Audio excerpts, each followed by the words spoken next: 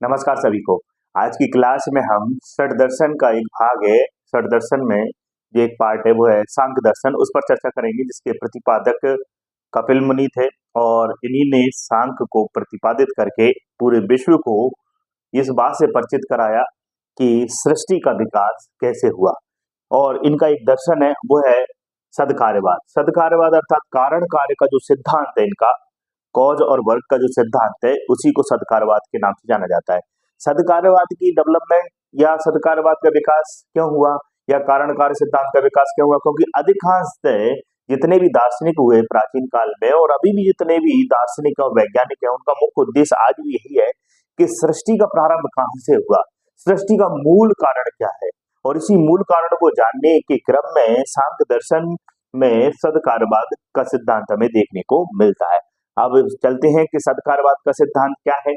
तो इसी सदकार्यवाद के सिद्धांत को न्याय वैशेषिक ने असदकार्यवाद कहा और वेदांत में इस विवर्तवाद के नाम से भी जाना जाता है।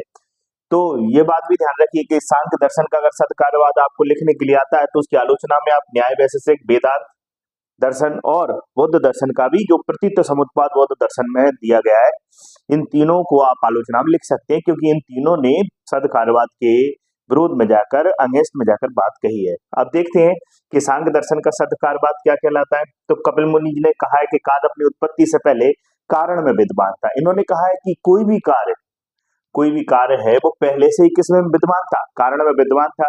अर्थात इन्होंने एक कई उदाहरणों से अपनी बात को समझाने का प्रयास किया कि एक कछुआ आपने देखा होगा, उसका सिर जब बाहर आ जाता है और सिर उसका अंदर चला जाता है, तो वैसे ही इन्होंने कहा कि सिर जो बाहर आया है वो कोई नवीन उत्पत्ति नहीं है। किसी भी जो घटना घटित हुई है, कछुए का जो सिर बाहर आया है वो नवीन उत्पत्ति नहीं है, वो पहले से ही कहाँ मौजूद था, कछुए के अंदर। बस कछुए ने क्या कर लिया, उसको अंदर कर लिया। इसलिए उन्होंने दो शब्दों का यूज किया, तिरोभाव और आविर्भाव। आविर्भाव मतलब बाहर आ जाना और तिरोभाव मतलब अंदर चले जाना। तो कछुए का सिर बाहर आ जाता है और कछुए का सिर ही अंदर आ जाता है, अर्थात पहले से ही कछुए का सिर उसके शरीर में मौजूद था। वैसे इन्होंने कहा कि कोई भी कार्य अपनी उत्पत्ति से पहले कारण में मौजूद था। इन्होंने और भी उदाहरण लिए, जैसे कि हम उदाहरण ले सकते हैं कि दही है, तो दही किससे बना बताइए? दूध से। दूध में ऑलरेडी या गुण या शक्ति या सामर्थ्य मौजूद रहा होगा, तभी तो दूध से क्या बना, दही बना। नहीं तो दूध से दही बनना संभव नहीं हो पाता। तो इन्होंने स्पष्टीकरण में इसी अपने कारण कार्य के सिद्धांत जो सदकार्यवाद कहलाता है, स्पष्टीकरण में तर्क भी दिए कि कार्य नवीन उत्पत्ति नहीं है। जैसे कि कछुए का सिर अंदर बाहर होता रहता है, तो बताओ नवीन उत्पत्ति है क्या कि कछुए का सिर बाहर? आपने कछुआ तो देखा होगा, उसका सिर जब बाहर आता है और अंदर चला जाता है, तो ऐसा तो नहीं कि नया सिर फिर वापस आ गया हो, फिर पुराना चला फिर नया। नहीं, इन्होंने कहा कि कोई नवीन उत्पत्ति नहीं है, कोई नया चीज नहीं है कार्य। ठीक है, अगली बात, कारण कार्य का आविर्भाव। कारण का ही क्या हो रहा है, कारण जो है उसी का कार्य में आविर्भाव। जैसे कि कछुए के सिर का क्या हो रहा है, बाहर की तरफ आविर्भाव हो रहा है, बाहर आना। सिर्फ अवस्था का अंतर है। सिर्फ किसका अंतर है? अवस्था का अंतर है कि पहले दूध था, अब उसकी अवस्था क्या हो गई, दही हो गई है। और दूध में ही ऑलरेडी क्या मौजूद था, दही का गुण मौजूद था, दही मौजूद था, है ना। जो कारण में अव्यक्त था वो कार्य में क्या हो गया, जो कार्य में अव्यक्त था वो कारण में व्यक्त हो गया। बताइए, कारण में जो दिखाई नहीं दे रहा था कि भाई, अब जैसे ही कार्य हुआ तो वो व्यक्त हो गया। याद रखें, जो कारण में क्या था, अव्यक्त था, वो अपने कार्य में व्यक्त हो गया, है कि नहीं। जैसे कि दही है, तो दही क्या है, दूध में क्या था, अव्यक्त था, परंतु जैसे ही दही बना कार्य के रूप में व्यक्त हो गया। तो याद रखिए, यहाँ सांख्य दर्शन में जो कारण कार्य का सिद्धांत है उसे सदकार्यवाद कहते हैं। न्याय वैशेषिक में इसी को कारण कार्य के सिद्धांत को सदकार्यवाद, वेदांत दर्शन में विवर्तवाद और बौद्ध दर्शन में प्रतीत समुत्पाद के नाम से भी जाना जाता है। और इसी कारण कार्य सिद्धांत को सांख्य दर्शन में सदकार्यवाद कहते हैं। कपिल मुनि ने इस बात पर बल दिया, सृष्टि का विकास, सृष्टि का निर्माण कैसे हुआ, सृष्टि का मूल कारण क्या है। इस बात को दार्शनिकों ने जानने के लिए कारण कार्य सिद्धांत को प्रतिपादित किया। और इसी क्रम में यहाँ पर भी कपिल मुनि जी ने इस दर्शन को प्रतिपादित करते हुए कहा कि संसार का जो निर्माण है, विकास है, वो कारण कार्य सिद्धांत के कोरिलेशन से हुआ था। कार्य अपनी उत्पत्ति से पहले कारण में ही मौजूद था। और अपनी स्पष्टीकरण के रूप में उन्होंने तर्क भी दिए, स्पष्टीकरण भी किया कि कार्य नवीन उत्पत्ति नहीं है, पहले से ही कारण में मौजूद रहा वो चीज, बस उसका आविर्भाव हुआ है। वो पहले क्या था, कारण में अव्यक्त था, कार्य के रूप में व्यक्त हो जाता है। और अवस्था का अंतर है। अवस्था का क्या है, अंतर है जो सृष्टि जगत हमें दिखाई दे रहा है पहले से ही प्रकृति में मौजूद थी। सब चीजें संसार में, जो संसार का विकास हमें दिखाई दे वो प्रकृति में मौजूद थी, बस प्रकृति से उसका क्या हुआ है, आविर्भाव हुआ है, और प्रकृति में ही यह संसार का तिरोभाव हो जाएगा, इसलिए कोई नवीन उत्पत्ति नहीं है। अब आगे चलते हैं। सिद्धि, इनकी जो बात थी सांख्य दर्शन की, कपिल मुनि जी की, उन्हीं की बात को ईश्वर कृष्ण ने अपनी पुस्तक सांख्य कारिका में तर्कपूर्ण तरीके से, नवी जो भाग है नवी कारिका है, उसमें इन्होंने बकायदा एक श्लोक के माध्यम से इनके सदकार्यवाद के सिद्धांत को तर्कपूर्ण तरीके से सिद्ध किया है कि नहीं, बात बिल्कुल सही है। और वो श्लोक क्या है, वो श्लोक ये है, असत करणाद उपादान ग्रहणात सर्व संभवात सक्तस्य शक करणात कारण भावाश्च सद कार्यम। ये श्लोक आपको याद नहीं करना, सिर्फ आपको इनके 5 जो तर्क दिए, इसमें कितने तर्क दिए इन्होंने, 5। सिद्धि के लिए कितने तर्क दिए, 5 तर्क, या हम कह सकते हैं 5 युक्तियां। 5 युक्तियां इन्होंने इसमें प्रतिपादित की हैं। वो कौन कौन सी हैं, तो इन्होंने श्लोक में बताया, असद करणादुपादान ग्रहणात सर्व संभवात सक्तस्य शक करणात कर्ण भावाच सत्कार्यम। पहली इनकी जो युक्ति है वो क्या है, असत काल, अर्थात अगर बताइए कोई भी कार्य पहले से कारण में विद्वान नहीं होता तो क्या उस कारण से कोई कार्य डेवलप होता, बताइए। जैसे कि हम उदाहरण ले सकते हैं कि तिल में क्या मौजूद था, तिल में क्या मौजूद था, तेल, तभी तो तिल से क्या बना, तेल। बोलिए, आप रेत ले लें, रेत से क्या तेल बना पाएंगे, रेत को आप चला रहे हैं कि नहीं यार रेत से तेल बन जाएगा, नहीं बनेगा। तो याद रखें, असद कार्यवाद का पहली तर्क दिया कि असद कार्यवाद, अर्थात अगर कारण में कार्य पहले से विद्वान नहीं होता, दूध में पहले से दही का गुण नहीं होता, मौजूद नहीं होता, तो कभी उससे दूध से दही बनता, पानी जमा के देख लो, कभी बनेगा ही नहीं। बोलिए, तो असद कार्यवाद पहला तर्क दिया कि अगर कारण कार्य में विद्वान नहीं होता, जो भी कार्य है वो कारण में विद्वान नहीं होता, तो कभी भी कारण से कार्य संभव नहीं हो पाता। उदाहरण दिया, तिल से तेल, दूध से दही।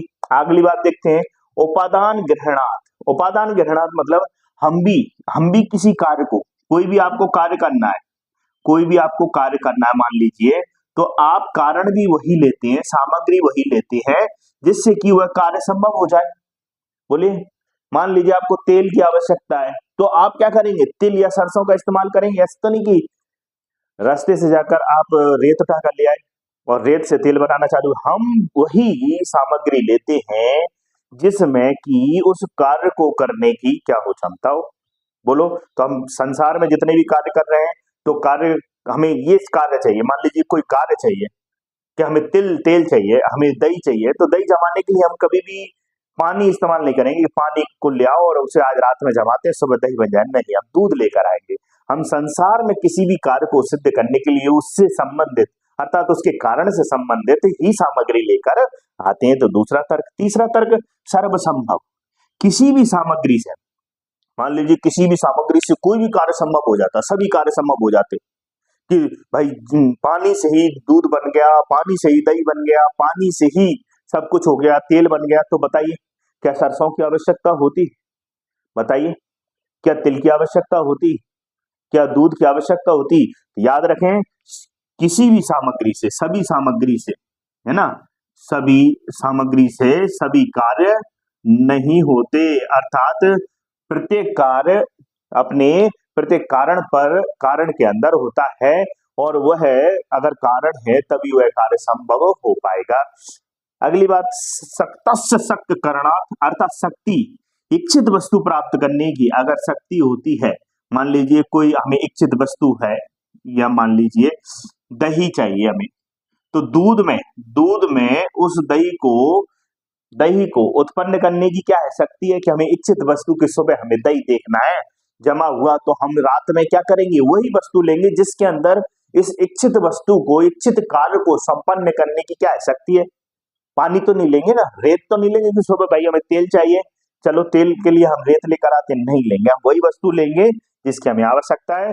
और अगली बात है कारण सार, अर्थात कारण सार मतलब जिसमें कि उसमें सार छिपा हुआ है। हम वही कारण लेते हैं किसी भी कार्य का या घटना का, या जो हम चाह रहे हैं उसमें जो सार है उसके कारण में, है ना, जो उसके कारण में, जैसे कि मान लीजिए हमने अभी बात की थी कि जो दूध है उससे हम क्या सार चाह रहे हैं, तो दूध में सार छिपा है। दूध में सार छिपा है किसका? दही का।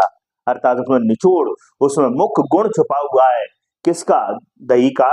तभी दूध से क्या संभव हो पाया? वह कार्य संपन्न हो पाया। तिल के अंदर सार छुपा हुआ है, तिल के अंदर निचोड़ छुपा हुआ है किसका? बताइए किसका निचोड़ छुपा हुआ है? तेल का। सरसों में तेल का, तभी तो उससे क्या बन पाया। तो याद रखें कि जो हमारा सांख्य दर्शन का सदकार्यवाद है उसमें जो स्पष्टीकरण दिया कपिल मुनि ने, उसी स्पष्टीकरण को 5 तर्कों के माध्यम से सांख्य कारिका में ईश्वर कृष्ण ने समझाने का प्रयास किया, जिसमें कि पहला तर्क था उनका असदकार्यवाद, दूसरा था उपादान ग्रहणात्, तीसरा था सर्व संभव, चौथा था सक्तस्य शक करणात् और पांचवा था कारण भवात्। याद रखें ये 5 तर्क हम देंगे तभी हमारा सदकार्यवाद का जो दर्शन है वो पूर्ण होगा। इसके बाद आपको साथ में लिखना है कि इसका महत्व क्या है। तो प्रकृति का स्वरूप समझने के लिए कि प्रकृति कैसी है, बताइए प्रकृति कैसी है, तो प्रकृति को समझने के लिए कि प्रकृति के कारण कार्य के बीच में, कि प्रकृति में कैसे कैसे नेचर जो है उसे संसार की उत्पत्ति कैसे हुई, उसको जानने के लिए साथ में सिद्धिकरण में जो तर्क हमारे पास है वो हमारे लिए बहुत महत्वपूर्ण स्थान रखते हैं। संसार के विकासवाद की जो अवधारणा जो चली आ रही है कि ब्रह्मांड का विकास कैसे हुआ, जो आपने फिजिक्स में पढ़ा होगा कि लेमेंथ ईयर, ये सब चीजें कि बहुत बड़ी आकाश गंगा थी और धीरे धीरे वो ब्रह्मांड में विस्फोट हुआ, ये सब बातें आपने फिजिक्स में अलग से पढ़ी होंगी। तो विकासवाद को समझने के लिए आज भी विकासवाद पर चर्चा की जा रही है। ब्रह्मांड का प्रसार होता जा रहा है, विकास लगातार जारी है, तो वही विकास को समझने के में भी क्या कर देगा, यह दर्शन बहुत महत्वपूर्ण स्थान रखता है, क्योंकि प्रकृति को इन्होंने बताया है कि प्रकृति में ही संसार मौजूद था और संसार का उसमें क्या हुआ है, आविर्भाव हुआ है, और संसार का इसमें क्या हो जाएगा, तिरोभाव हो जाएगा, है ना। और इसकी आलोचना किसने की है? बौद्ध दर्शन में, प्रतीत समुत्पाद में, न्याय वैशेषिक दर्शन में इन्होंने आलोचना किया सदकार्यवाद में, और वेदांत दर्शन में, विवर्तवाद में इन्होंने आलोचना की है कि नहीं ये गलत है, जबकि कारण कार्य अलग अलग है, कारण कार्य पर निर्भर है, ये सब बातें इसमें कही गई है, कारण कार्य के अंदर मौजूद नहीं है, ये सब बात इन दर्शनों में कही गई है। तो असदकार्यवाद दर्शन आपको समझ में आया होगा, आपको इसका मैंने महत्व भी बता दिया, इसकी आलोचना भी बता दी, और साथ में सांख्य कारिका जो पुस्तक है उसमें नवे भाग ईश्वर कृष्ण ने जो 5 तर्क दिए वो भी आपको मैंने श्लोक सहित बता दिए। साथ में कपिल मुनि जी ने जो दर्शन प्रतिपादित किया वो दर्शन क्या है वो बता दिए, उसके स्पष्टीकरण में उन्होंने जो तर्क दिए वो भी बता दिए। अगली क्लास में फिर हम षट दर्शन के किसी अच्छे से टॉपिक पर फिर से चर्चा करेंगे, और भी षट दर्शन में हमारे लिए महत्वपूर्ण टॉपिक है, बहुत दार्शनिक है, उन पर चर्चा करेंगे। तब तक के लिए जय हिंद, धन्यवाद, खुश रहिए, मुस्कुराते रहिए और निरंतर प्रयास करते रहिए। आज नहीं तो कल हमें जरूर सफलता मिलेगी। हमें किसी भी प्रकार का चिंतन करना है, चिंता नहीं करना। चिंता मतलब एक ही समस्या को बार बार हमारे दिमाग में दोहराना है। एक बार की बात है, एक व्यक्ति का घोड़ा खो गया, याद रखना घोड़ा खो गया, एक व्यक्ति का घोड़ा खो गया, तो वो मिठाई बांट रहा था गांव में। क्या बांट रहा था? मिठाई बांट रहा था। सभी लोगों ने बोला यार तेरा घोड़ा खो गया, तेरी आजीविका चलती थी, तेरा परिवार उसी से पलता था और तू है कि खुश होकर मिठाई बांट रहा है।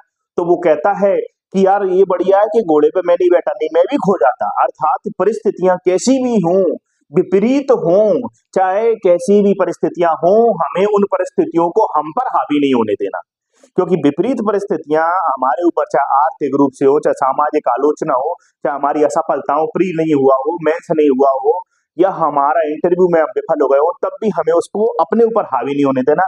हम जीवन में कोई ना कोई अच्छा काम कर ही लेंगे और हमने जो टारगेट अपना जीवन में लिया है उसको भी पूरा कर लेंगे। तो हमारे जीवन में प्रतिकूल परिस्थितियों में हमें आशा की किरण जगाए रखना है, उम्मीद की किरण जगाए रखना है और डटकर मुकाबला करना है। और एक दिन ऐसे ही महान लोग इतिहास लिखते हैं और सफल होकर दुनिया को अपने बारे में बताते हैं। आज की क्लास यहीं संपन्न होती है, कल की क्लास में फिर मिलेंगे इसी मोटिवेशन के साथ, इसी दर्शन के साथ। जय हिंद, जय भारत।